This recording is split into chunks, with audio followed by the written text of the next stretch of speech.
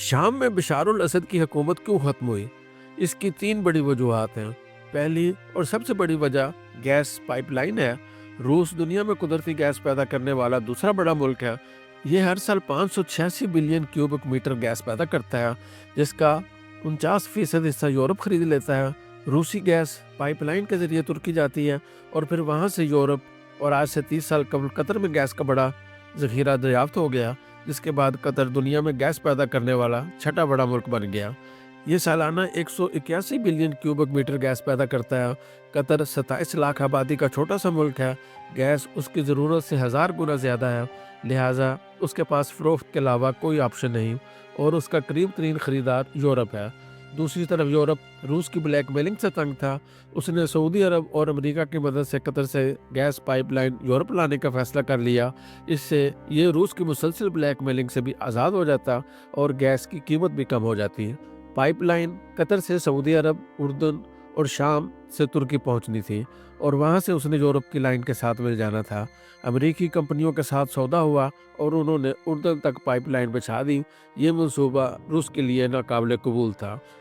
उसने बशार अल असद को इशारा किया और उसने पाइपलाइन शाम से गुजारने से इनकार कर दिया। कतर, सऊदी अरब और अमेरिका बशार अल असद से नाराज़ हो गए और इन तीनों ने मिलकर 2011 में दाइश और अल-कायदा को शाम में घुसा दिया। आप यहाँ ये ज़हन में रखें, सऊदी अरब, कतर और अमेरिका और दाइश और अल-कायदा एक दूसरे के जानी दुश्मन हैं, लेकिन जब ज़ाती मफाद का मामला आया तो ये सब एक दूसरे के दोस्त बन गए। सऊदी अरब और कतर ने माली मदद दी और अमेरिका ने असलहा, और इन दोनों तंजीमों ने 2011 में शाम की ईंट से ईंट बजा दी। ताहम रूस और ईरान सदर बशार अल असद की मदद करते रहे। इस मदद की 2 वजूहात थीं। रूस हर सूरत पाइपलाइन रोकना चाहता था और ये काम बशार अल असद के बगैर मुमकिन नहीं था, जबकि ईरान शिया होने और हिजबुल्लाह की मामनत की वजह से बशार अल असद की सपोर्ट कर रहा था। बहरहाल शाम की खाना जंगी 10 लाख लोगों की जान ले गई, जबकि 70 लाख लोग बेघर हो गए। किस्सा मुख्तसर, 10 साल की लड़ाई के बाद पाइपलाइन का मंसूबा खटाई में पड़ गया और शाम में अमन हो गया। लेकिन फिर नवंबर 2024 में अचानक इसमें एक नया मोड़ आया और बशार अल असद की हुकूमत ख़त्म हो गई। शाम में तब्दीली की दूसरी बड़ी वजह नॉन स्टेट एक्टर्स यानी दहशतगर्द तंजीमें हैं। शाम में 2011 से 6 बड़े और खौफनाक मलेशिया काम कर रहे हैं। पहली मलेशिया अल-कायदा है। ये शुरू में अल-कायदा थी, फिर ये अन-नसर फ्रंट बन गई और अब ये हयात तहरीर अशाम के नाम से काम कर रही है। इसे दरपर्दा सऊदी अरब, तुर्की और इसराइल की मदद हासिल है। दमिश्क और हलब समेत शाम के तमाम बड़े शहर और इलाके इस वक्त इसी के कब्जे में हैं। दूसरी मलेशिया का नाम फ्री सीरियन आर्मी FSFA है। ये तंजीम शामी फ़ौज के बागी जवानों और अफसरों ने बनाई थी और इसे तुर्की की हिमायत हासिल है। तुर्की इसे असलहा भी दे रहा है और सरमाया भी। तुर्की के ज़्यादातर बॉर्डर एरिया और शहर इसके कंट्रोल में हैं। तीसरी मलेशिया दाइश है। इसे इराक, सऊदी अरब और किसी हद तक अमेरिका की हिमायत हासिल है और ये शाम की इराकी सरहदों पर काबिज़ है। चौथा मलेशिया हिरारुश शाम है। इसे कतर की सपोर्ट हासिल है और इसका मकसद पाइपलाइन का इलाका क्लियर करना है। पांचवी मलेशिया जैशो शाम है। इसे सऊदी अरब की मुकम्मल हिमायत हासिल है और ये दमिश्क के मज़ाफ़ात में काम कर रही थी। रूस ने इसके ख़िलाफ़ खौफनाक ऑपरेशन किए थे, जिसके बाद इसकी लीडरशिप तुर्की में पनाह गज़ीन हो गई थी। और छठी मलेशिया सीरियन डेमोक्रेटिक फोर्स है। ये कुर्दों की तंजीम है और अमेरिका इसका सबसे बड़ा माविन है। ये शाम में दरिया फ़रात के किनारे आबाद तमाम शहरों पर काबिज़ है। इसे अमेरिका एयर कवर भी देता है और उसने इसके इलाकों में अड्डे भी बना रखे हैं। शामी हुकूमत और फौज 13 साल से इन 6 मलेशियाओं से लड़ रही है। इसमें कोई शक नहीं, रूस और ईरान शामी फौज की मदद कर रहे थे, लेकिन इसके बावजूद ग्राउंड पर सिर्फ शामी जवानों को लड़ना पड़ रहा था और शामी जवान 13 साल लड़ कर थक चुके थे और उनमें अब मज़ीद लड़ने की सकत नहीं बची थी। आप यहाँ ये भी याद रखें, हमारी पाकिस्तानी फ़ौज के साथ भी यही हो रहा है।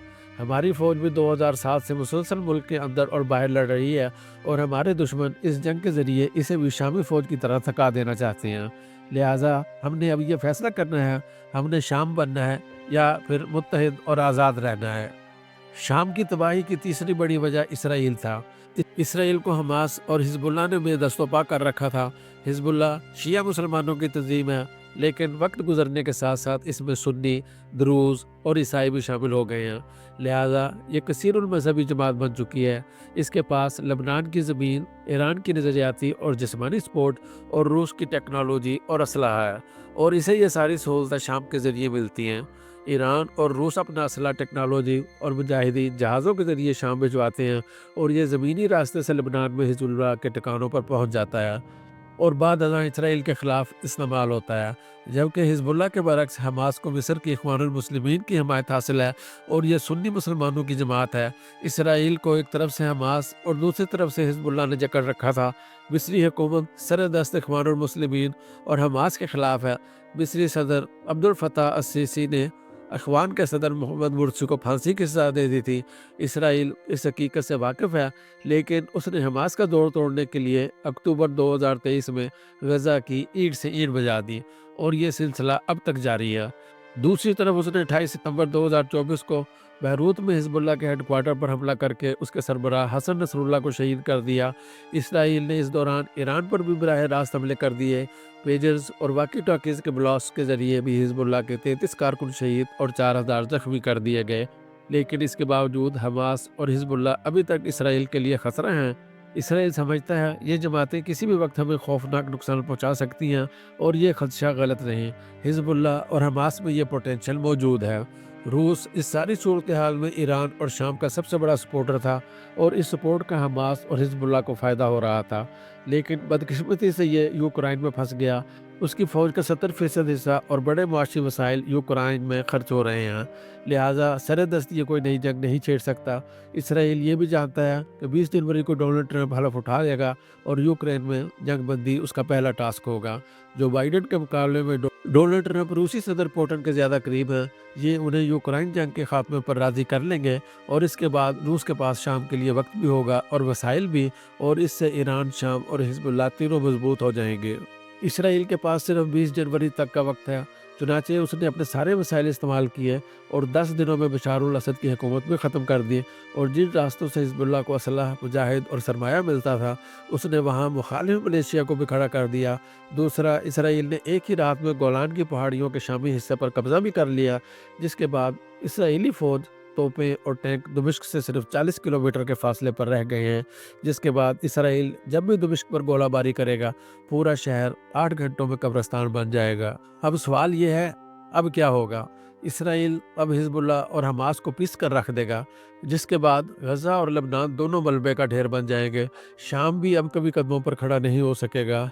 میرا خدشہ ہے ملک کو اس وقت 6 بڑے ملیشیات نے آپس میں تقسیم کر رکھا ہے۔ اسرائیل چاہے گا یہ ملیشیاز آپس میں لڑیں، جس کے بعد شام میں خانہ جنگی شروع ہو جائے گی، اور اس خانہ جنگی کے بعد شام 3-4 ٹکڑوں میں تقسیم ہو جائے گا۔ دوسرا سوال ہے، عالم اسلام کا اس پر کیا رد عمل ہوگا؟ اس کا سیدھا اور سادہ جواب ہے، عالم اسلام خاموش رہے گا۔ کیوں؟ اس کی بھی 2 وجوہات ہیں۔ عرب دنیا حماس اور حزب اللہ کو کامیاب نہیں دیکھنا چاہتی۔ عربوں کو خدشہ ہے اگر یہ لوگ کامیاب ہو گئے تو پھر ان کا انقلاب پوری عرب دنیا کو متاثر کرے گا، اور یوں ان کی بادشاہت ختم ہو جائے گی۔